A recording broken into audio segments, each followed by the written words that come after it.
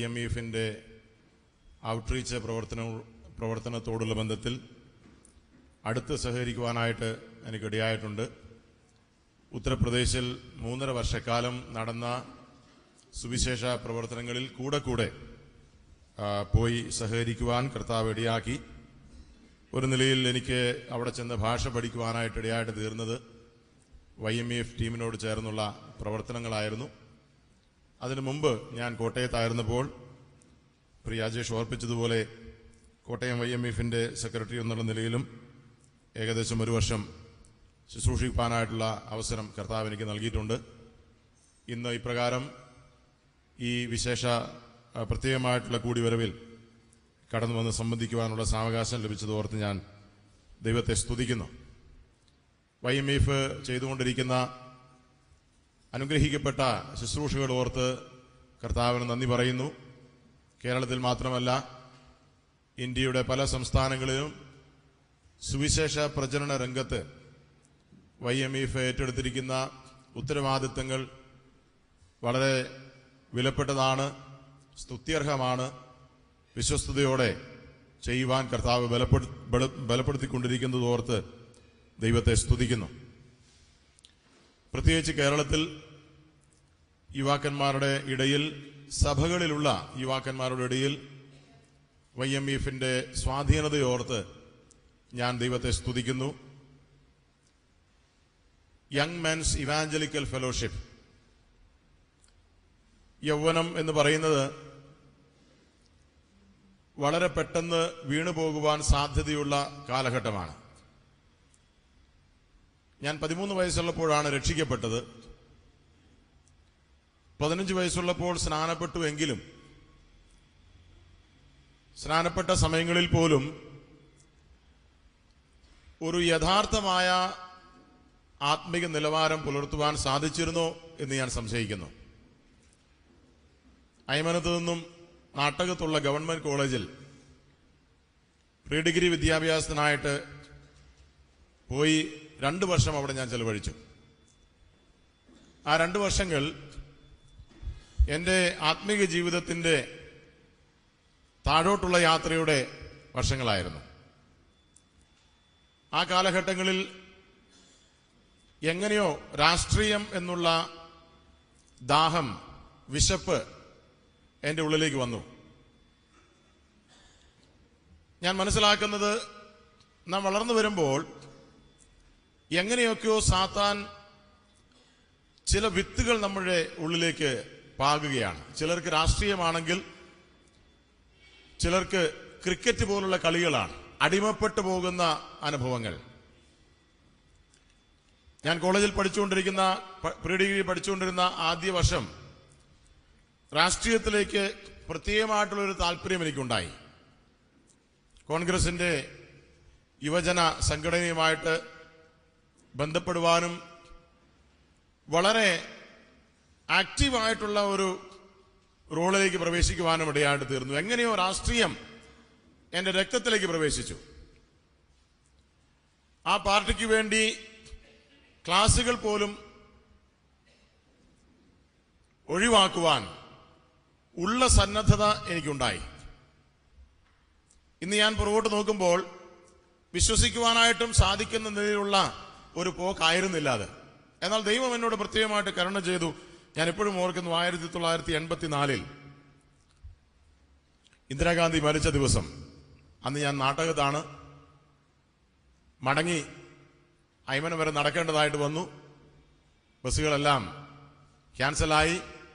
മരണവാർത്ത അറിഞ്ഞ ആ സമയം പെട്ടെന്ന് കോട്ടയം, ഇന്ത്യ മുഴുവൻ നിശ്ചലമായി. നടന്നു പോകേണ്ടതായിട്ട് വന്നു. എന്നാൽ ആ മരണം വാസ്തവത്തിൽ എൻ്റെ ജീവിതത്തിൽ ഒരു വഴിത്തിരിവായിരുന്നു.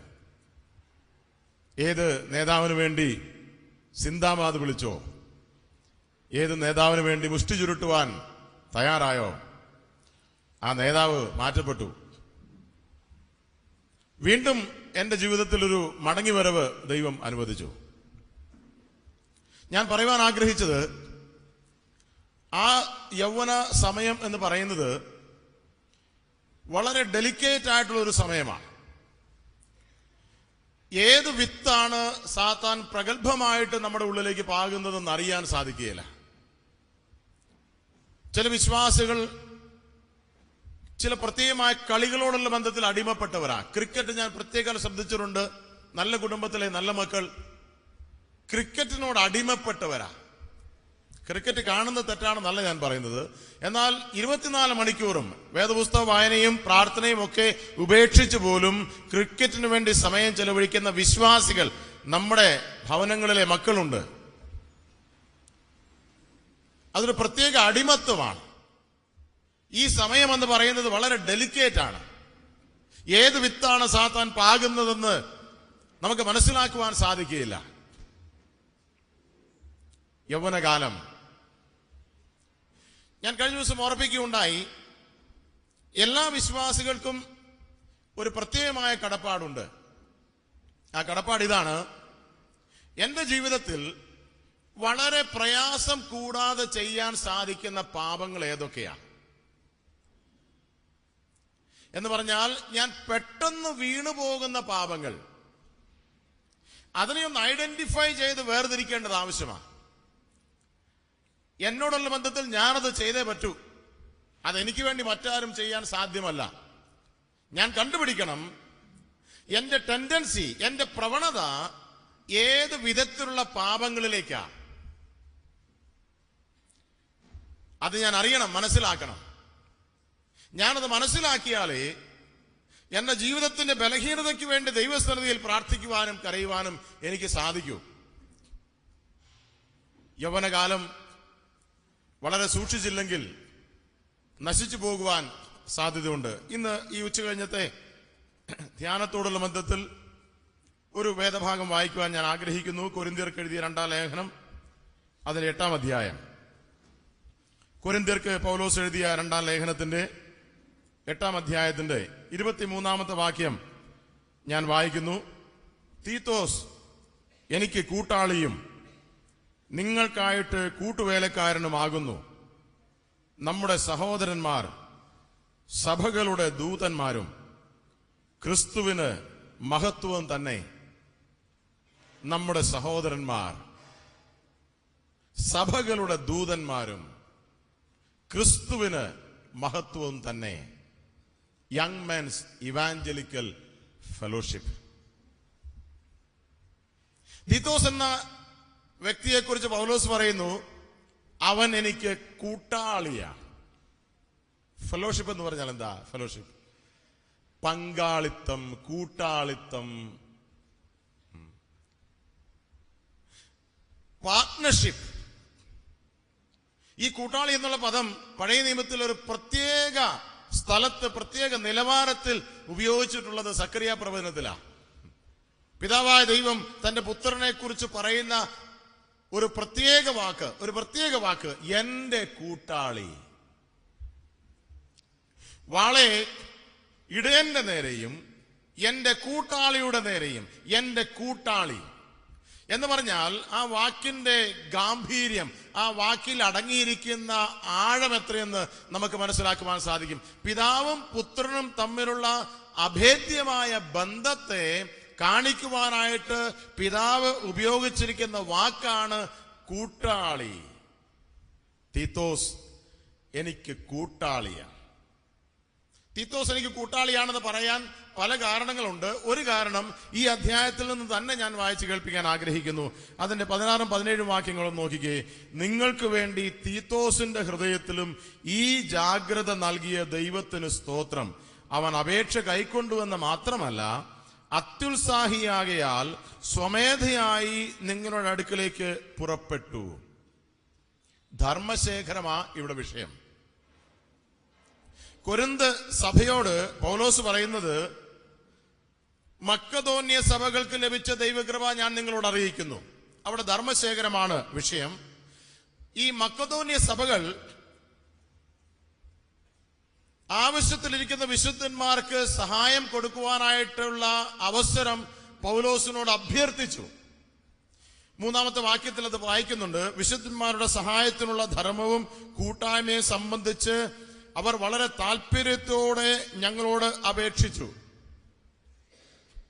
മക്കതോന്യ സഭകൾ ഞങ്ങളോട് അപേക്ഷിച്ചു. എന്തപേക്ഷിച്ചു? പൗലോസേ സഹോദര, ഞങ്ങൾ ഈ പാവപ്പെട്ട വിശ്വാസികൾക്ക് എന്തെങ്കിലും കൊടുക്കുവാൻ ആഗ്രഹിക്കുന്നു, ദയവായി അതിനുള്ള ഒരു അവസരം ഞങ്ങൾക്ക് തരണമേ.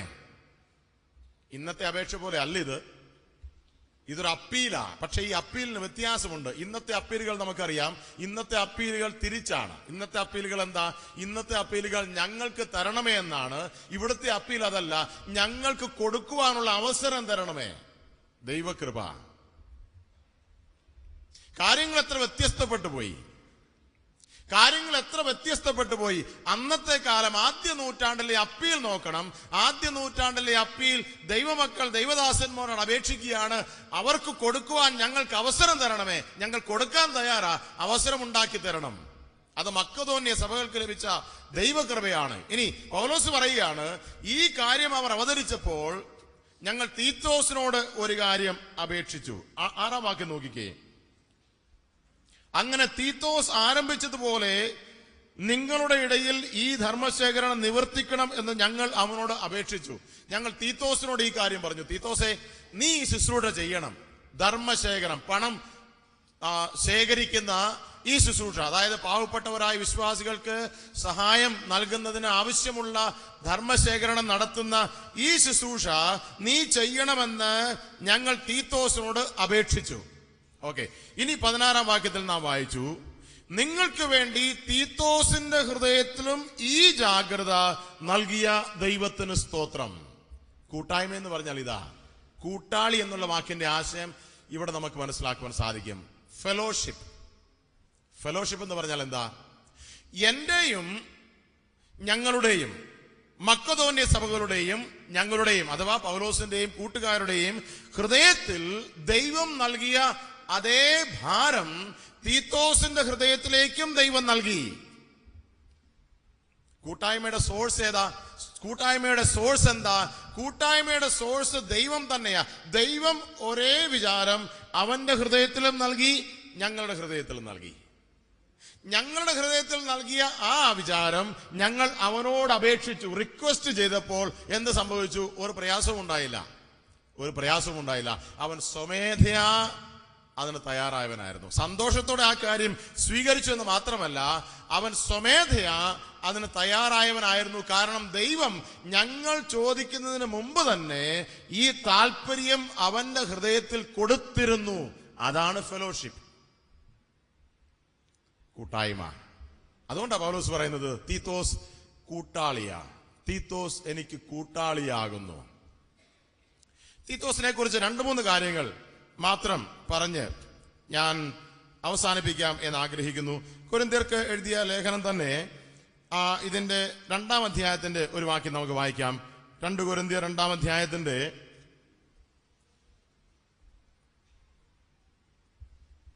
13-ാമത്തെ വാക്യം. എന്റെ സഹോദരനായ തീത്തോസിനെ കാണാതിരുന്നിട്ട് മനസ്സിൽ സ്വസ്ഥതയില്ലായകയാൽ ഞാൻ അവരോട് യാത്ര പറഞ്ഞ് മക്കതോന്യക്ക് പുറപ്പെട്ടു. തീത്തോസിനെ കാണാതിരുന്നിട്ട് എന്റെ മനസ്സിൽ സ്വസ്ഥതയില്ലായിരുന്നു. തീത്തോസിന്റെ അസാന്നിധ്യം എന്റെ ഹൃദയത്തിൽ ദുഃഖമുളവാക്കി. കൂട്ടാളിയുടെ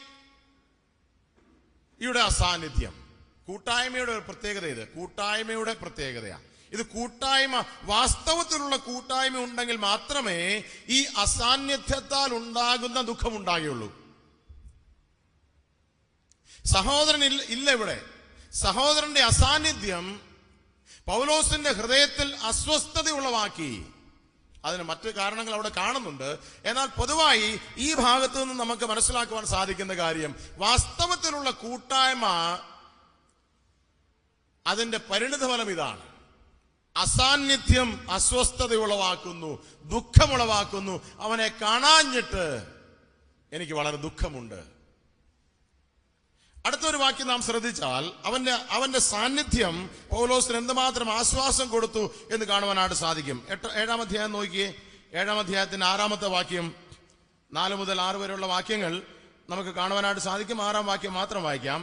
എങ്കിലും എളിയവരെ ആശ്വസിപ്പിക്കുന്ന ദൈവം തീത്തോസിന്റെ വരവിനാൽ ഞങ്ങളെ ആശ്വസിപ്പിച്ചു.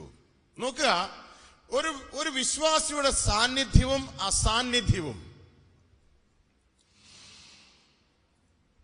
ചെലുത്തുന്ന സ്വാധീനത നോക്കുക. ചെറുപ്പക്കാരായ വിശ്വാസികൾ പ്രത്യേകം ശ്രദ്ധിക്കേണ്ട ഒരു കാര്യമാണ്. അവന്റെ സാന്നിധ്യം, അവന്റെ വരവ് ഞങ്ങൾക്ക് ആശ്വാസത്തിന് കാരണമായി തീർന്നു. അവന്റെ അസാന്നിധ്യം ഞങ്ങൾക്ക് ദുഃഖത്തിന് കാരണമായി തീർന്നു. ഇന്ന് വാസ്തവത്തിൽ തിരിച്ചാ സംഭവിച്ചുകൊണ്ടിരിക്കുന്നത്. ചിലർ വരുന്നതാ ദുഃഖത്തിന് കാരണം, ചിലരുടെ സാന്നിധ്യം ദുഃഖത്തിന് കാരണമായി തീരുന്നു, ചിലരുടെ അസാന്നിധ്യം സന്തോഷത്തിന് കാരണമായി തീരുന്നു. കൂട്ടായ്മ, കൂട്ടാളി എന്ന് പറയുമ്പോൾ ആ വാക്കിൽ വളരെ ആശയങ്ങളുണ്ട്.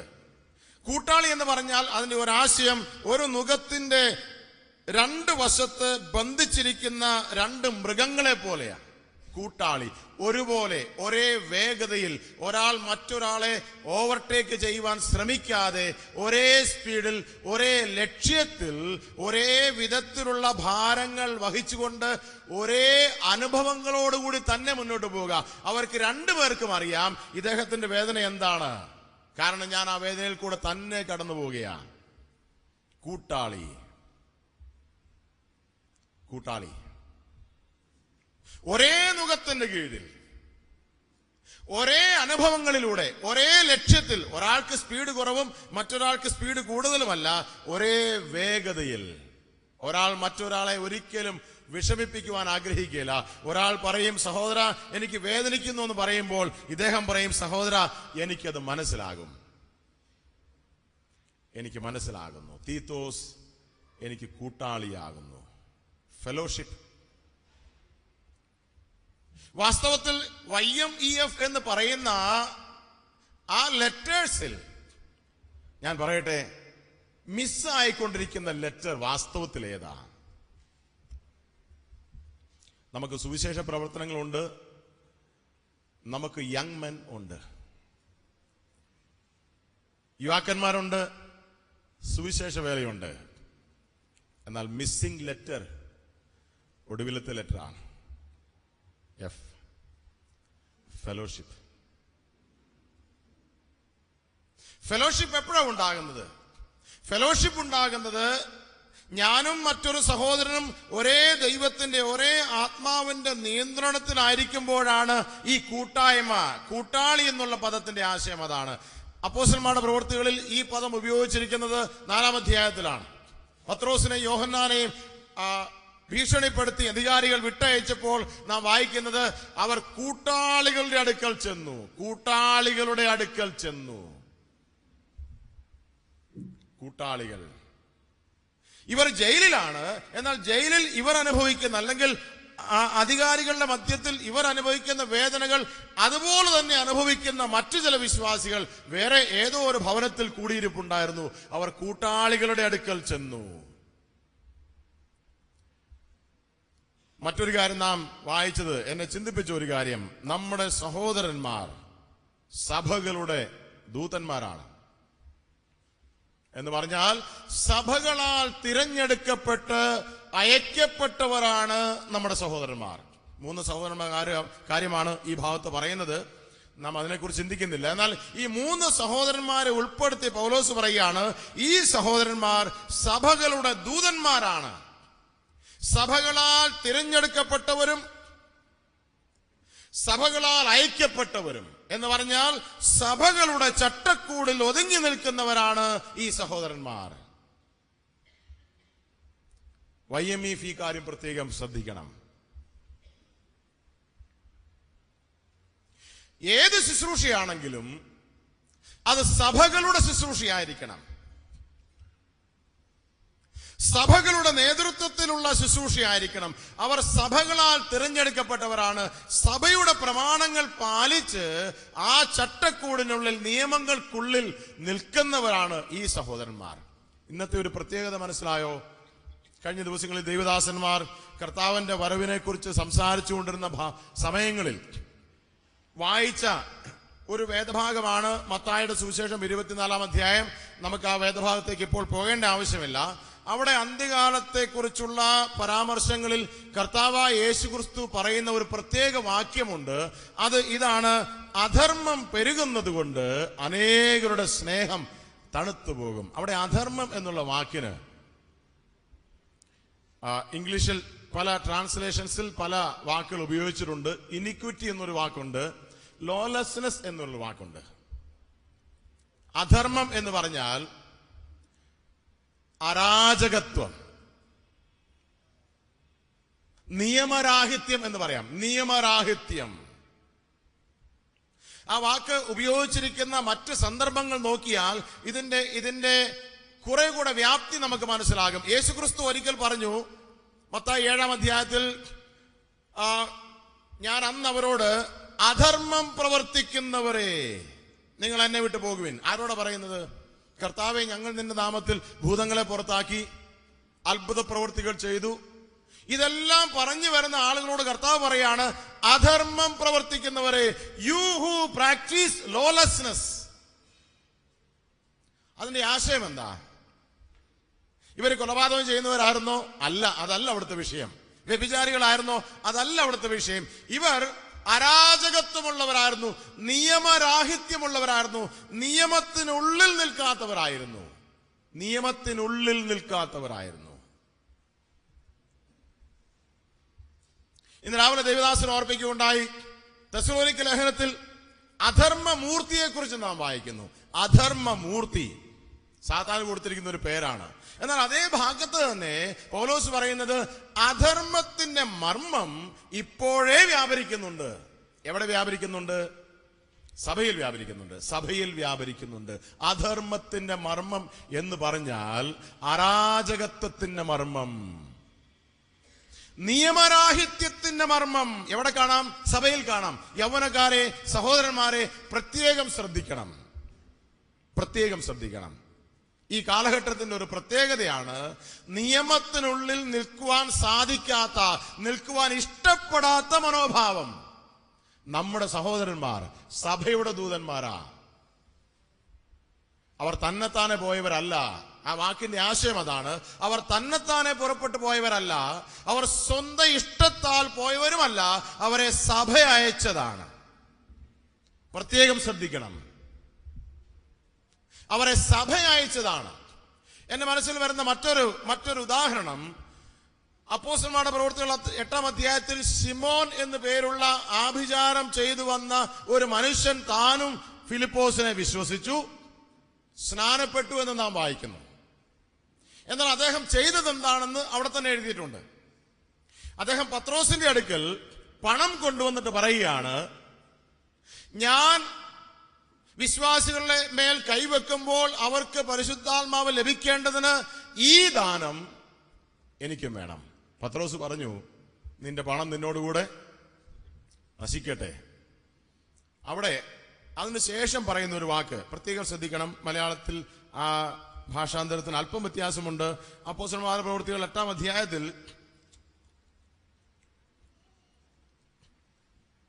അതിന്റെ 23-ാമത്തെ വാക്യത്തിൽ, നീ കൈപ്പുള്ള പകയിലും അനീതിയുടെ ബന്ധനത്തിലും അകപ്പെട്ടിരിക്കുന്നു എന്ന് ഞാൻ കാണുന്നു എന്ന് പറഞ്ഞു. അവിടെ അനീതി എന്നുള്ള വാക്ക് വാസ്തവത്തിൽ അധർമ്മം എന്നുള്ള വാക്കാണ്. ബോണ്ടേജ് ഓഫ് ഇനിക്വിറ്റി എന്നാണ്. അധർമ്മത്തിന്റെ ബന്ധനത്തിൽ നീ അകപ്പെട്ടിരിക്കുന്നു. അധർമ്മം എന്ന് പറഞ്ഞാൽ നിയമരാഹിത്യം. ശിമോൻ എന്താ ആഗ്രഹിച്ചത്? ശിമോൻ ആഗ്രഹിച്ചത് എനിക്കും വലിയവനാകണം എന്ന് പറഞ്ഞാൽ കീഴ്പ്പെട്ട് നിൽക്കുവാനുള്ള ആഗ്രഹം ശിമോനില്ലായിരുന്നു. അവൻ ആഗ്രഹിച്ചത് എനിക്കും ഈ അപ്പോസ്തലന്മാരെ പോലെ ആകണം, അവരെ പോലെ കൈവെക്കുമ്പോൾ ആത്മാവ് മറ്റു വിശ്വാസികൾക്ക് ലഭിക്കണം. കീഴ്പ്പെട്ടിരിക്കുവാൻ ഞാൻ ആഗ്രഹിക്കുന്നില്ല. പത്രോസ് പറയുന്നത് ഇത് അധർമ്മത്തിന്റെ ബന്ധനമാ, അരാജകത്വം, നിയമരാഹിത്യം. ഇതെന്ന് എല്ലാ മേഖലകളിലും കാണുവാനായിട്ട് സാധിക്കും. വിശേഷാൽ ഇന്നത്തെ ചെറുപ്പക്കാരെ, ഈ യുവ സമൂഹത്തെ ഒന്ന് നോക്കിക്കേ. സഭകളിൽ ഉള്ളിലെ കാര്യമല്ല ഞാൻ പറയുന്നത്, ലോകത്തിലേക്കൊന്ന് നോക്കുക. ലോകത്തിലേക്ക് നോക്കുക. ഒരു 10 ചെറുപ്പക്കാർ കൂടി വരുന്ന സ്ഥലത്ത് അവരെ നിയന്ത്രിക്കുവാൻ പോലീസിന് പോലും സാധ്യമല്ല. നിയമത്തിനുള്ളിൽ നിൽക്കുവാൻ ഇഷ്ടപ്പെടാത്ത സമയമാണ് യൗവനത്വം എന്ന് പറയുന്നത്. സ്വന്തം ഇഷ്ടം പോലെ പ്രവർത്തിക്കുവാൻ രക്തം തിളയ്ക്കുന്ന സമയം. അതിന്റെ സ്വാധീനത നമ്മുടെ സഭകളിലേക്കും പ്രവേശിക്കുന്നു. ഒരു കാര്യം ഞാൻ പറയട്ടെ, സുവിശേഷ വേല ചെയ്യുവാനുള്ള ആഗ്രഹം എല്ലാം ദൈവാത്മാവിൽ നിന്നാകണം എന്ന് നിർബന്ധമില്ല. എല്ലാ സുവിശേഷ വേലയ്ക്കുമുള്ള താല്പര്യം ആത്മീകതയുടെ ലക്ഷണമാകണം എന്നും നിർബന്ധമില്ല. അതിനുള്ള തെളിവുകൾ, ഉദാഹരണങ്ങൾ നമുക്ക് വേദപുസ്തകത്തിൽ കാണുവാനായിട്ട് സാധിക്കും.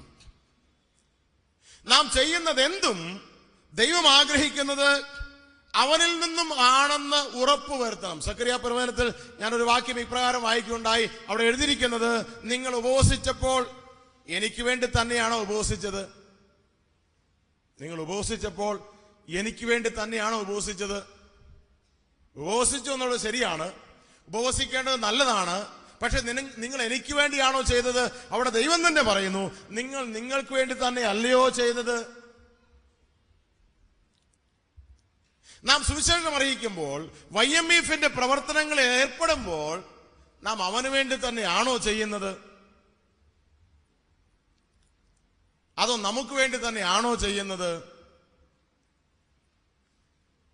കർത്താവിന് ഈ കാര്യം വളരെ പ്രധാനമുള്ള ഒരു കാര്യം, വളരെ പ്രാധാന്യതയുള്ള ഒരു കാര്യമാണ്. അവന് വേണ്ടിയും അവന്റെ പ്രേരണയാലുമാണ് നാം ചെയ്യുന്നതെന്ന് ഉറപ്പുവരുത്തണം. നിങ്ങൾ കേട്ടിട്ടുണ്ടായിരിക്കാം, ഒരിക്കലൊരു കള്ളൻ രാവിലെ മോഷ്ടിക്കുവാനായിട്ട് ഇറങ്ങി. അദ്ദേഹം ഒരു പ്രൊഫഷണൽ തീഫാണ്. അദ്ദേഹത്തിന്റെ ജോലി തന്നെ മോഷണമാണ്. രാവിലെ ഇറങ്ങി വൈകുന്നേരം വരെ മോഷ്ടിക്കും, പരിശ്രമിക്കും. സാധിക്കുന്നിടത്തെല്ലാം അദ്ദേഹം മോഷ്ടിക്കും. അദ്ദേഹം രാവിലെ മോഷ്ടിക്കുവാനായിട്ട് പോയി. അന്ന് പകൽ മുഴുവൻ ബസ് സ്റ്റാൻഡിലും റെയിൽവേ സ്റ്റേഷനിലും ഒക്കെ പലരെ പരിശ്രമിച്ചു, പക്ഷെ ഒന്നും കിട്ടിയില്ല. അന്ന് രാത്രി അദ്ദേഹം വീട്ടിൽ വന്ന് കിടക്കുന്നതിന് മുമ്പ് പ്രാർത്ഥിക്കാൻ പോയി. പ്രാർത്ഥിച്ചപ്പോൾ അദ്ദേഹം ഒരു വാക്യം ഇങ്ങനെ നന്ദി പറഞ്ഞു, ദൈവമേ, ഇന്ന് ഞാൻ മോഷ്ടിച്ചില്ല, സ്തോത്രം, നന്ദി, ഇന്ന് ഞാൻ മോഷ്ടിച്ചില്ല. പറഞ്ഞത് ശരിയാ, അന്ന് മോഷ്ടിച്ചില്ല. ആ സ്റ്റേറ്റ്മെന്റ് തെറ്റല്ല. പക്ഷേ ആ സ്റ്റേറ്റ്മെന്റ് അവിടെ കൊണ്ട് അവസാനിക്കുന്നില്ല. നീ മോഷ്ടിച്ചില്ല എന്നുള്ളത് ശരിയാണ്, പക്ഷെ അടുത്ത ചോദ്യം, നീ എന്തുകൊണ്ട് മോഷ്ടിച്ചില്ല? ദൈവത്തെ സംബന്ധിച്ച് ഏറ്റവും പ്രസക്തമായ കാര്യം അതാണ്. നീ ചെയ്തു ചെയ്തില്ല അതല്ല വിഷയം. നീ ചെയ്തെങ്കിൽ എന്തുകൊണ്ട് ചെയ്തു, നീ ചെയ്തില്ലെങ്കിൽ എന്തുകൊണ്ട് ചെയ്തില്ല. യോസേഫ് പറഞ്ഞു, ഞാൻ ഈ മഹാപാപം ചെയ്യുകയില്ല. നീ ചെയ്യാതിരുന്നത് നന്നായി, നീ ചെയ്യാൻ പാടില്ല. പക്ഷെ യോസഫേ, നീ ചെയ്തില്ലെങ്കിൽ എന്തുകൊണ്ട് ചെയ്തില്ല? യോസഫ് പറയും, ഈ മഹാപാപം ചെയ്ത് എന്റെ ദൈവത്തിന്റെ ഹൃദയത്തെ ഞാൻ ദുഃഖിപ്പിക്കാൻ ആഗ്രഹിക്കുന്നില്ല. അതാണ് റീസൺ എങ്കിൽ ആ റീസൺ വളരെ റൈറ്റ് ആണ്. എന്നാൽ അതായിരിക്കണം റീസൺ. അതല്ലാതെ മറ്റ് യാതൊരു റീസണും ദൈവസന്നിധിയിൽ വിലയില്ല. ഞാൻ ചെയ്യാഞ്ഞത് ഞാൻ പിടിക്കപ്പെടും എന്നുള്ള പേടി കൊണ്ടായിരുന്നു എന്ന് പറഞ്ഞാൽ ചെയ്യാതിരുന്നതിന് യാതൊരു ഫലവുമില്ല. ചെയ്യാതിരിക്കണം, ചെയ്യാൻ പാടില്ല. പക്ഷെ ചെയ്യാതിരിക്കുന്നതിന്റെ കാരണം ശരിയായിരിക്കണം. ഞാൻ ചെയ്തു എന്നുള്ളതിന്റെ കാരണവും ശരിയായിരിക്കണം. നീ ചെയ്യുന്നെങ്കിൽ എന്തുകൊണ്ട് ചെയ്യുന്നു? ഞാൻ YMEFൽ ആക്റ്റീവാണ്, സുവിശേഷ വേലയ്ക്ക് വേണ്ടി പോകുന്നു, ശരിയാണ്, വളരെ നല്ല കാര്യമാണ്, പോകണം, ചെയ്യണം. എന്നാൽ എന്തുകൊണ്ട് ചെയ്യുന്നു? എന്തിനു ചെയ്യുന്നു? ദൈവത്തിന് ഏറ്റവും പ്രധാനപ്പെട്ട വിഷയം അതാണ്. നാം ചെയ്യുന്നതും ചെയ്യാതിരിക്കുന്നതും എന്തുകൊണ്ട്, അതിന്റെ പ്രേരണ എന്താണ്, അതിന് നൽകുന്ന പ്രേരക ശക്തി എന്താണ്?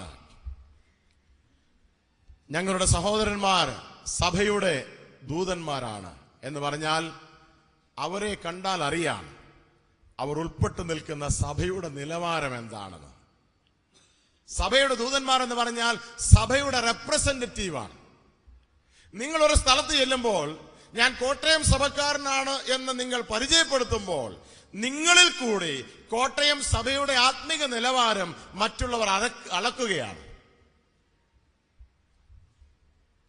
ഞാൻ അയ്മന സഭക്കാരനാണെന്ന് ഞാൻ മറ്റൊരു സ്ഥലത്ത് പോയി പറയുമ്പോൾ എന്നിലൂടെ ഒരു വിധത്തിൽ പറഞ്ഞാൽ ജനങ്ങൾ അയ്മനം സഭയെ കാണുന്നത്. സഭയുടെ ദൂതന്മാരാകും. ഈ തീത്തോസിനെ പൗലോസ് കൊരിന്തിലേക്ക് അയച്ചു. തീത്തോസ് കൊരിന്തിൽ പോയി. പൗലോസ് പറയുന്നത് അവൻ മടങ്ങി വന്നു, അവൻ റിപ്പോർട്ട് തന്നു. അവന്റെ റിപ്പോർട്ട് വളരെ നല്ല റിപ്പോർട്ടായിരുന്നു. കൊരിന്ത് സഭയിൽ നിന്നും നല്ല റിപ്പോർട്ട് വരാൻ സാധ്യതയൊന്നുമില്ല. കൊരിന്ത് സഭയിൽ നിന്നും നല്ല റിപ്പോർട്ട് വരാൻ സാധ്യതയില്ല. പക്ഷെ പൗലോസ് പറയുന്നത് അവൻ വന്നു നിങ്ങളെ കുറിച്ച് പറഞ്ഞപ്പോൾ എന്റെ ഹൃദയം വളരെ ആശ്വസിച്ചു. തീത്തോസ് വന്നു, തീത്തോസ് പോയി. തീത്തോസ് കൊരിന്ത് സഭയിൽ ചെന്നു. ചില മാസങ്ങൾ, ഒരുപക്ഷെ ചില ദിവസങ്ങൾ അവിടെ ചെലവഴിച്ചു. അതിനുശേഷം മടങ്ങി വന്ന പൗലോസിന് ഈ സഭയെക്കുറിച്ച് ഒരു റിപ്പോർട്ട് കൊടുത്തു. അത് കേട്ടപ്പോൾ പൗലോസിന്റെ ഹൃദയത്തിന് വളരെ ആശ്വാസമായി. എന്തായിരിക്കാം പറഞ്ഞത് ഒന്നും അറിയില്ല. എന്താ പറഞ്ഞെന്ന് എഴുതിയിട്ടില്ല. നമുക്ക് ഊഹിക്കാവുന്നതേ ഉള്ളൂ. ഈ സഭയെക്കുറിച്ചുള്ള ഒരു നല്ല റിപ്പോർട്ട് തീത്തോസ് പൗലോസിനെ അറിയിച്ചു. സഹോദരന്മാരെ, എനിക്കൊരു സ്ഥലസഭയ്ക്ക് വേണ്ടി കോൺട്രിബ്യൂട്ട് ചെയ്യാനായിട്ട് സാധിക്കുന്നില്ലെങ്കിൽ ആ സഭയെ ക്രിട്ടിസൈസ് ചെയ്യാനായിട്ടുള്ള മോറൽ റൈറ്റ് എന്റെ പക്കലില്ല. ഇന്ന് പല ചെറുപ്പക്കാരുടെയും പ്രശ്നമാണ്, സഭയിൽ നിന്നും എനിക്കൊന്നും കിട്ടുന്നില്ല. പല ചെറുപ്പക്കാരുടെയും കംപ്ലൈന്റ് ആണ്, സഭ എന്നെ തിരിഞ്ഞു നോക്കുന്നില്ല, എന്നെ പ്രോത്സാഹിപ്പിക്കുന്നില്ല, എന്നെ മുന്നോട്ട് കൊണ്ടുവരുന്നില്ല. ശരിയായിരിക്കാം. എന്നാൽ ഒന്നാമത്തെ ചോദ്യം അതല്ല. ഒന്നാമത്തെ ചോദ്യം, സഭയ്ക്ക് നിന്നിൽ നിന്നും എന്തെങ്കിലും കിട്ടുന്നുണ്ടോ? നീ സഭയ്ക്ക് എന്തെങ്കിലും കൊടുക്കുന്നുണ്ടോ? നീ സഭയ്ക്ക് കോൺട്രിബ്യൂട്ട് ചെയ്യുന്നുണ്ടോ? ഇല്ലെങ്കിൽ മിണ്ടാതിരിക്കുക. വിമർശിക്കുവാൻ നിനക്ക് അനുവാദമില്ല. നിന്റെ ഒന്നാമത്തെ ഉത്തരവാദിത്വം സഭയ്ക്ക് കോൺട്രിബ്യൂട്ട് ചെയ്യുക, സഭയ്ക്ക് കൊടുക്കുക. തീത്തോസ് കൊരിന്തിൽ ചെന്നപ്പോൾ സ്വാഭാവികമായിട്ടും എന്തായിരിക്കണം ചെയ്തത്? കൊരിന്തിൽ വലിയ പ്രശ്നങ്ങളുണ്ട്, സംശയമൊന്നുമില്ല. കൊരിന്തിലെ വിശ്വാസികളൊന്നും എല്ലാവരും ആത്മീകരല്ല, ജഡികത്വം വളരെയുണ്ട്, പല പ്രശ്നങ്ങൾ അവിടെ ഉണ്ട്. എന്നാൽ ഞാൻ വിചാരിക്കുന്നത് തീത്തോസ് അവിടെ ചെന്ന് വിമർശന ബുദ്ധിയോടുകൂടി അല്ല, മറിച്ച് ആ സ്ഥലം സഭയെ സഹായിക്കണം, ഉത്തേജിപ്പിക്കണം, പ്രോത്സാഹിപ്പിക്കണം, ആത്മീക വർധനവ് വരുത്തണം എന്നുള്ള ലക്ഷ്യത്തിൽ ആ സ്ഥലം സഭയിൽ പ്രവർത്തിച്ചു. ആ സ്ഥലം സഭയ്ക്ക് വേണ്ടി തീത്തോസ് കോൺട്രിബ്യൂട്ട് ചെയ്തു. എല്ലാ ചെറുപ്പക്കാരും തങ്ങൾ ഉൾപ്പെട്ടു നിൽക്കുന്ന സ്ഥലം സഭകൾക്ക് വേണ്ടി കോൺട്രിബ്യൂട്ട് ചെയ്യണം. YMF വേണ്ടി കോൺട്രിബ്യൂട്ട് ചെയ്താൽ മാത്രം പോരാ. ആദ്യത്തെ നമ്മുടെ കോൺട്രിബ്യൂഷൻ YMF വേണ്ടി ആയിരിക്കാൻ പാടില്ല. ആദ്യത്തെ നമ്മുടെ കോൺട്രിബ്യൂഷൻ നാം ഉൾപ്പെട്ടു നിൽക്കുന്ന സ്ഥലം സഭയ്ക്ക് വേണ്ടി ആയിരിക്കണം. ഇന്ന് പല ചെറുപ്പക്കാരും സംഘടനകളിൽ വളരെ ആക്റ്റീവാണ്, നല്ലതാണ്, ഞാനതിനെതിരല്ല.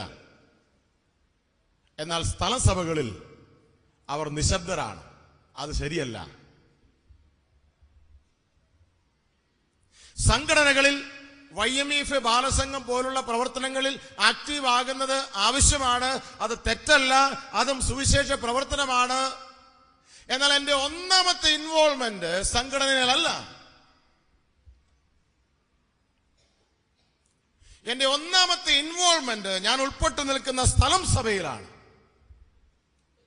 എന്റെ കൃപാവരത്തിന്റെ പ്രയോജനം ലഭിക്കേണ്ടത് എന്റെ സ്ഥലം സഭയ്ക്കാണ്. പ്രാഥമികമായിട്ടും അത് ലഭിക്കേണ്ടത് എന്റെ സ്ഥലം സഭയ്ക്കാണ്. YMF ലഭിക്കട്ടെ, നല്ലതാണ്. ബാലസംഘത്തിന് ലഭിക്കട്ടെ, നല്ലതാണ്. മറ്റേതൊരു ഓർഗനൈസേഷനിൽ ലഭിക്കട്ടെ, നല്ലതാണ്. എന്നാൽ ഞാൻ ഉൾപ്പെട്ടു നിൽക്കുന്ന സ്ഥലസഭയ്ക്കാണ് എന്നിലുള്ള കൃപാവരത്തിന്റെ ആദ്യത്തെ ഗുണം ലഭിക്കേണ്ടത്. അത് അവഗണിച്ചു പോകുന്നത് ഒരിക്കലും ദൈവവചനത്തിന്റെ ക്രമമല്ല. നമ്മുടെ സഹോദരന്മാർ സഭയുടെ ദൂതന്മാരാണ്. അവർ ക്രിസ്തുവിന് പുകഴ്ചയാണ്. ഈ വൈകാര സമയം നമുക്കൊരുമിച്ച് ഒരു ചെറിയ കൂട്ടമെന്നുള്ള നിലയിൽ ഇവിടെ കൂടുവാൻ ഇടയായിട്ട് തീർന്നു. കർത്താവ് നമ്മെ സഹായിക്കട്ടെ. നാം ഉൾപ്പെട്ടു നിൽക്കുന്ന സ്ഥലസഭകളിൽ നമ്മുടെ റോൾ എന്താണെന്ന് കൃത്യമായിട്ട് മനസ്സിലാക്കുവാൻ കർത്താവ് നമ്മെ സഹായിക്കട്ടെ. ആദ്യ സമയങ്ങളിൽ, വിശ്വാസത്തിലേക്ക് വന്ന ആദ്യ സമയങ്ങളിൽ തിരിച്ചറിയുവാനായിട്ട് സാധിക്കാതെ പോയ ഒരു പ്രത്യേക കാര്യമാണ് കൃപാവരം. എന്നിലുള്ള കൃപാവരം എന്താണ്? ഞാൻ മനസ്സിലാക്കുന്നത് അനേക ചെറുപ്പക്കാർ സ്ട്രഗിൾ ചെയ്യുന്ന ഒരു മേഖലയാണത്. തങ്ങളിൽ നിക്ഷിപ്തമായിരിക്കുന്ന കൃപാവരങ്ങൾ, ദൈവം അവർക്ക് കൊടുത്തിരിക്കുന്ന പ്രത്യേകമായിട്ടുള്ള ആത്മീക കെൽപ്പുകൾ, അത് തിരിച്ചറിയുവാൻ സാധിക്കാതെ വേസ്റ്റാക്കി കളയുന്ന അനേക ചെറുപ്പക്കാർ നമ്മുടെ സഭകളിലുണ്ട്. അത് തിരിച്ചറിയുവാൻ കർത്താവ് നമ്മെ സഹായിക്കട്ടെ. നമുക്കെല്ലാവർക്കും ദൈവം എന്തൊക്കെയോ കൃപാവരങ്ങൾ നൽകിയിട്ടുണ്ട്. അത് നൽകിയിരിക്കുന്നത് സ്ഥലം സഭയുടെ ആത്മിക വർധനവിന് വേണ്ടിയാണ്. അത് തിരിച്ചറിഞ്ഞ് സഭയ്ക്ക് വേണ്ടി അത് പ്രയോജനപ്പെടുത്തുവാൻ കർത്താവ് നമ്മെ സഹായിക്കട്ടെ. ചെറുപ്പക്കാരെന്നുള്ള നിലയിൽ നമ്മുടെ ലക്ഷ്യം തെറ്റിക്കുവാൻ സാത്താൻ ശ്രമിക്കുന്നുണ്ട്. അത് നാം തിരിച്ചറിയണം. നമ്മുടെ ടെൻഡൻസി എന്താണെന്ന് തിരിച്ചറിയണം. നമ്മുടെ പ്രവണത ഏതാണെന്ന് നാം തിരിച്ചറിയണം. ഏത് തീറ്റയിട്ടാലാണ് നാം പെട്ടെന്ന് ആകർഷിക്കപ്പെടുക എന്ന് സാത്താന് നല്ലവണ്ണം അറിയാം.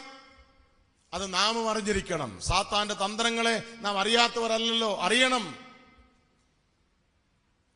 അങ്ങനെയെങ്കിൽ ഞാൻ കൂടെ കൂടെ വീഴുന്ന ആ ഭാഗങ്ങൾ, ആ മേഖലകൾ തിരിച്ചറിഞ്ഞ് കണ്ടുപിടിച്ച് കർത്താവിനോട് ആ മേഖലയിൽ ജയം പ്രാപിപ്പാനായിട്ട് പ്രത്യേകാൽ കൃപയ്ക്ക് വേണ്ടി പ്രാർത്ഥിക്കണം. ചിലർക്ക് ദുഷ്ചിന്തയായിരിക്കാം, തെറ്റായിട്ടുള്ള ചിന്തകൾ മനസ്സിലേക്ക് വരുന്നു. ചിലർക്ക് വാക്കുകളിലായിരിക്കാം, ചിലർക്ക് പണത്തോടുള്ള കൊതിയായിരിക്കാം, ചിലർക്ക് ധാർമ്മികമായിട്ടുള്ള ചില പാപങ്ങളായിരിക്കാം, വീഴ്ചകളായിരിക്കാം, അധികാരക്കൊതിയായിരിക്കാം. ഏത് മേഖലയിലാണ് എനിക്ക് വീഴുവാനായിട്ടുള്ള പ്രവണത കൂടുതൽ എന്ന് തിരിച്ചറിഞ്ഞ് അതിനുവേണ്ടി കൃപ പ്രാപിപ്പാൻ, യാചിക്കുവാൻ, അപേക്ഷിക്കുവാൻ, കരയുവാൻ നമുക്ക് കടപ്പാടുണ്ട്. ദൈവസഭയോടുള്ള ബന്ധത്തിൽ നമ്മുടെ ഉത്തരവാദിത്തങ്ങൾ നിറവേറ്റുവാൻ നമുക്ക് ആവശ്യമുണ്ട്. കർത്താവ് നമ്മെ സഹായിക്കട്ടെ. തീത്തോസ് ഒരു നല്ല മാതൃകയാണ്. പൗലോസും തീത്തോസും തമ്മിലുള്ള അഭേദ്യമായ ബന്ധത്തെ കാണിക്കുന്ന ഒരു വാക്കാണ് നാം വായിച്ചത്. അവൻ എനിക്ക് കൂട്ടാളിയാണ്. നമ്മുടെ മധ്യത്തിൽ ആ ഒരു ഐക്യം, ഏകത കർത്താവ് നമുക്ക് നൽകട്ടെ. YMEF എന്ന് നാം പറയുമ്പോൾ ആ സംഘടനയിൽ ഫെലോഷിപ്പ് അല്ലെങ്കിൽ കൂട്ടായ്മ എന്നുള്ള പദത്തിന് വളരെ അർത്ഥമുണ്ട്, സ്വാധീനതയുണ്ട്. വളരെ പ്രധാനപ്പെട്ട ഒരു വാക്കാണത്. അതില്ലാത്തതൊന്നും വിലയുള്ളതല്ല. ആ സംഘടനയുടെ ഏറ്റവും അടിസ്ഥാനപരമായിട്ടുള്ള ആധാരം എന്ന് പറയുന്നത് കൂട്ടായ്മയാണ്, ഐക്യതയാണ്, ഒരുമിച്ച് നിൽക്കുകയാണ്. അത് സ്വർഗത്തിൽ നിന്നും തന്നെ നമുക്ക് ലഭിക്കണം. അത് ലഭിക്കണമെങ്കിൽ രണ്ടുപേരും ഒരുപോലെ ദൈവാത്മ നിയന്ത്രണത്തിൽ ആകേണ്ടത് ആവശ്യമാണ്. പൗലോസിനെ നിയന്ത്രിച്ച അതേ ദൈവാത്മാവ് തീത്തോസിനെ നിയന്ത്രിച്ചു. അതുകൊണ്ട് രണ്ടുപേർക്കും ഒരേ ആഗ്രഹം, ഒരേ വിചാരം ദൈവം നൽകിക്കൊടുത്തു. അതുകൊണ്ട് ഒന്നിച്ചു പോകുന്നതിൽ ഒരു ബുദ്ധിമുട്ടും ഉണ്ടായില്ല. അല്ല എങ്കിൽ പ്രശ്നമുണ്ടാകും. കർത്താവ് നമ്മെ സഹായിക്കട്ടെ. തോളോട് തോൾ ചേർന്ന് സുവിശേഷ വേല ചെയ്യുക എന്ന് മാത്രമല്ല, അതിലുപരി ദൈവത്തിൽ നിന്ന് പ്രാപിച്ച് ചെയ്യുവാൻ കർത്താവ് നമ്മെ സഹായിക്കട്ടെ. ദൈവം ആഗ്രഹിക്കുന്നത് ചെയ്യുവാൻ കർത്താവ് നമ്മെ സഹായിക്കട്ടെ. ഞങ്ങൾ അവനോട് അപേക്ഷിച്ചു, അത് തന്നെ ദൈവം അവന്റെ ഹൃദയത്തിൽ കൊടുത്തു. അവൻ അപേക്ഷ സ്വീകരിച്ചു. തീത്തോസ് കേവലം ആരംഭിക്കുന്നവൻ മാത്രമല്ലായിരുന്നു, തീത്തോസ് നിവർത്തിക്കുന്നവനായിരുന്നു. തുടങ്ങി വെക്കുന്നത് നിറവേറ്റുന്ന ചെറുപ്പക്കാരനായിരുന്നു തീത്തോസ്. അപ്രകാരം വിശ്വസ്തനായിരുന്നു. ഈ നിലയിൽ ദൈവത്തെ സ്നേഹിക്കുവാൻ, പ്രസാദിപ്പിക്കുവാൻ, ദൈവിക ശുശ്രൂഷകളിൽ ഉത്സാഹമുള്ളവരായിട്ടിരിപ്പാൻ കർത്താവ് നമ്മെ എല്ലാവരെയും സഹായിക്കട്ടെ. ഈ ചെറിയ ആലോചനകളാലും ദൈവത്തിന് മഹത്വം ഉണ്ടാകട്ടെ. അവന് നാമം വാഴ്ത്തപ്പെടുമാറാകട്ടെ. Thank you brother. അടുത്തായിട്ട് സമ്മാനദാനമാണ്. നമ്മുടെ പ്രിയ സഹോദരൻ മാത്യു ചെറിയാൻ നിർവഹിക്കുന്നതാണ്.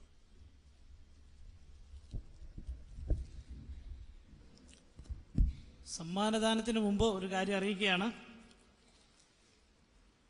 ഇന്ന് പ്രിയ സഹോദരൻ എബി ഐസക് ചോദ്യങ്ങൾ ചോദിച്ചപ്പോഴാണ് നമുക്ക് മനസ്സിലായത് ബൈബിൾ ക്വിസിലേക്ക് നാം ഇതുവരെ ശരിയായ നിലയിൽ ആരും ഒരുങ്ങിയിട്ടില്ല. അതോർത്ത് ആരും നിരാശപ്പെടേണ്ട. ഒരു പരിഹാര മാർഗം ഇവിടെ ക്രമീകരിച്ചിട്ടുണ്ട്. 15,000 ചോദ്യങ്ങളും ഉത്തരങ്ങളും അടങ്ങിയ ഒരു ബൈബിൾ ക്വിസിന്റെ പുസ്തകം ഇതിന്റെ പുറകിൽ ഒരു കൗണ്ടറിൽ നിങ്ങൾക്ക് ലഭിക്കുന്നതാണ്. ഏബ്രഹാം മർക്കോസ് കൊച്ചറ എന്ന് പറയുന്ന ദേവദാസൻ എഴുതിയ 15,000 ബൈബിൾ ക്വിസ് എന്ന് പറയുന്ന പുസ്തകം വെറും 150 രൂപയ്ക്ക് നിങ്ങൾക്ക് ലഭിക്കുന്നതാണ്. ഒരു ക്വസ്റ്റിന് 10 പൈസ വെച്ചേ ആകത്തുള്ളൂ. അതുകൊണ്ട് കോപ്പികൾ വളരെ പരിമിതമാണ്. നിങ്ങൾക്ക് ആ പുസ്തകം വാങ്ങാവുന്നതാണ്. കർത്താവിന്റെ ദാസൻ ഏബ്രഹാം ജോസഫ് പാക്കിൽ അദ്ദേഹത്തെ സമീപിച്ചാൽ നിങ്ങൾക്ക് ആ പുസ്തകം ലഭിക്കുന്നതാണ്. 15,000 ബൈബിൾ ക്വിസ് എന്നാണ് ആ പുസ്തകത്തിന്റെ പേര്. ഈ സമയം കർത്താവിന്റെ ദാസൻ ജോസഫ് പി ചാക്കോ പാമ്പാടി സ്റ്റേജിലേക്ക് കടന്നു വരേണ്ടതാണ്. നമ്മുടെ ബൈബിൾ ക്വിസിന്റെ സമ്മാനദാനം കൊടുക്കാൻ പോവുകയാണ്. ആദ്യമായിട്ട് 1ാം സ്ഥാനം നേടിയ ടീം സിയിലെ പ്രിയപ്പെട്ടവർ സമ്മാനം ഏറ്റുവാങ്ങാൻ കടന്നു വരേണ്ടതാണ്. ടീം സി പങ്കെടുത്ത 2 പേർക്കും സമ്മാനമുണ്ട്. ടീം സി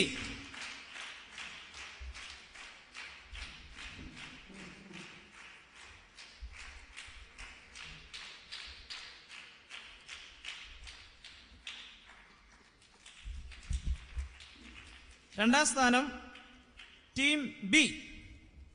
ടീം ബിയിലെ സഹോദരന്മാരെ പ്രഥമ സമ്മാനം വാങ്ങേണ്ടതാണ്.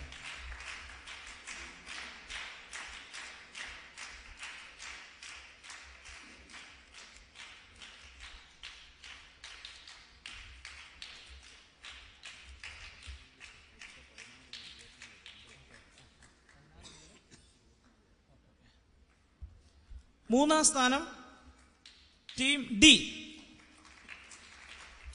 ടീം ഡിയിലെ അംഗങ്ങൾ വന്നു.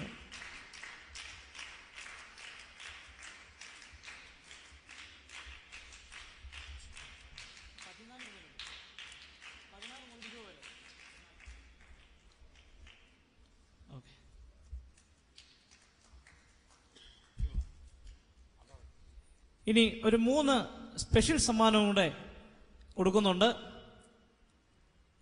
ഇന്നത്തെ ബൈബിൾ ക്വിസ് വളരെ മനോഹരമായ നിലയിൽ നിർവഹിച്ച അതിൻ്റെ ക്വിസ് മാസ്റ്ററായി പ്രവർത്തിച്ച എബി ഐസക്കിനുള്ള സമ്മാനം ഇപ്പോൾ കർത്താവിന്റെ ദാസൻ ജോസഫ് പി ചാക്കോ നൽകുന്നതാണ്.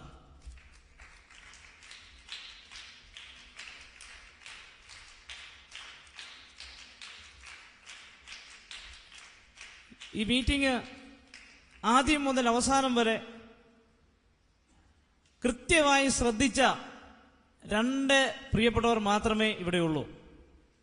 മറ്റാരുമല്ല, ബ്രദറൻ ന്യൂസിലെ പ്രിയ സഹോദരന്മാർ 2 പേരും, പ്രിയ ജെറി സഹോദരനും മറ്റേ സഹോദരനും. അവർ വളരെയധികം നല്ലതായിട്ട് ഈ പ്രോഗ്രാം ശ്രദ്ധിച്ചു. അവർ പ്രോഗ്രാം ശ്രദ്ധിച്ചതുകൊണ്ടല്ല, നമ്മുടെ സ്നേഹത്തിന്റെ സൂചകമായിട്ട് ആ 2 സഹോദരന്മാർക്കും ഇപ്പോൾ ഓരോ സമ്മാനം നമ്മൾ കൊടുക്കാൻ പോവുകയാണ്. അതും കർത്താവിന്റെ ദാസൻ നിർവഹിക്കുന്നതാണ്.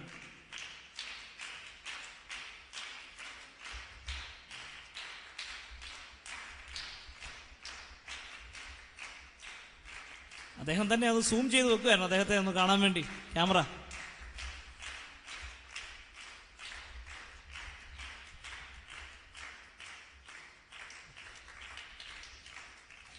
നമ്മുടെ പ്രതിമാസ യോഗത്തിന്റെ ബൈബിൾ ക്വിസിന് യോശുവയുടെ പുസ്തകം 16 മുതൽ 24 വരെയുള്ള അധ്യായങ്ങളാണ്. വരുന്ന ഞായറാഴ്ച പുതുപ്പള്ളിയിൽ വെച്ചാണ് നമ്മുടെ പ്രതിമാസ യോഗം നടക്കുന്നത്. എല്ലാ സഹോദരന്മാരും കടന്നു വരണം. ഈ മീറ്റിംഗിൽ സംബന്ധിച്ച എല്ലാ പ്രിയപ്പെട്ടവർക്കും ദൈവനാമത്തിൽ നന്ദി അറിയിക്കുകയാണ്. ഈ യോഗം മനോഹരമായ നിലയിൽ നിയന്ത്രിച്ച കർത്താവിന്റെ ദാസൻ TM ഏലിയാസ് അവറുകളോടും നമ്മളെ ചിന്തിപ്പിക്കുന്ന അനുഗ്രഹീതമായ സന്ദേശം നമുക്ക് നൽകിയ കർത്താവിന്റെ ദാസൻ അജോയ് ടി മാത്യുവിനോടുള്ള നന്ദി അറിയിക്കുന്നു. ഈ നിലയിൽ മീറ്റിംഗ് ക്രമീകരിക്കുവാൻ നമുക്കെല്ലാ അനുകൂല സാഹചര്യങ്ങളും ഒരുക്കി തന്ന കോട്ടയം കൺവെൻഷൻ കമ്മിറ്റിയോടും ഉത്തരവാദിത്തപ്പെട്ട സഹോദരന്മാരായ Abraham Thomas Kottayam, Mathew Abraham Kottayam എന്നീ പ്രിയപ്പെട്ടവരോട് നന്ദി അറിയിക്കുകയാണ്. കടന്നു വന്ന എല്ലാ പ്രിയപ്പെട്ടവർക്കും ഒരിക്കൽ കൂടെ നന്ദി അറിയിക്കുന്നു.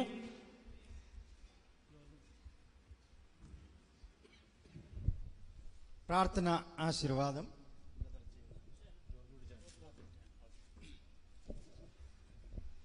നമ്മുടെ കണ്ണുകളെ അടയ്ക്കാം, നമുക്ക് പ്രാർത്ഥിക്കാം.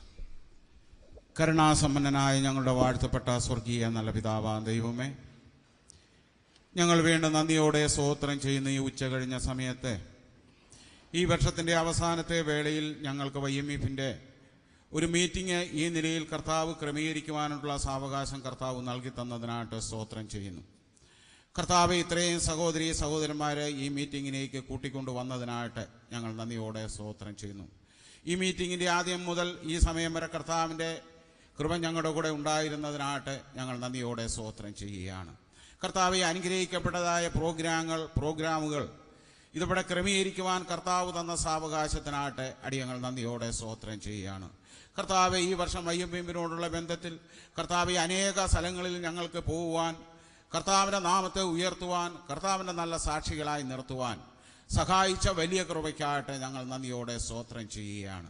പ്രത്യേകിച്ച് കർത്താവെ ഇന്ന് വചനം സംസാരിച്ച കർത്താവിൻ്റെ ദാസനെ കർത്താവിൻ്റെ കരങ്ങളിലേക്ക് തരുന്നു.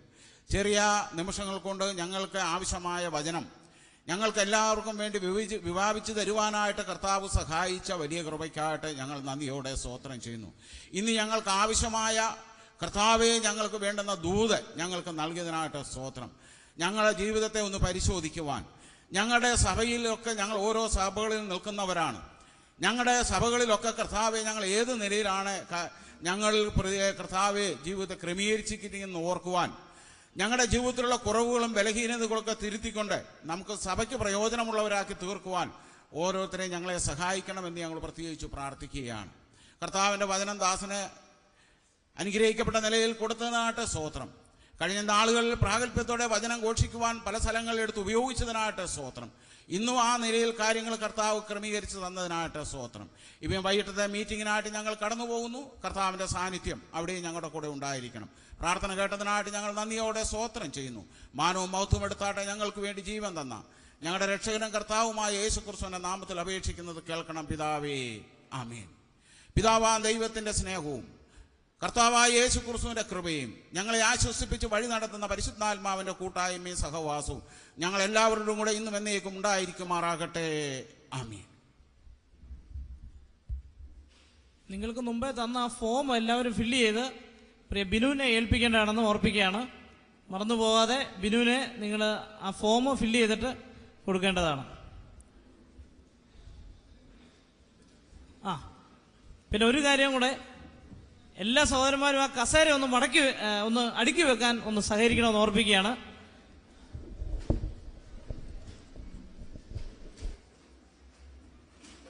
സഹോദരിമാർക്കും പങ്കെടുക്കാവുന്ന ഒരു കാര്യമാണ്.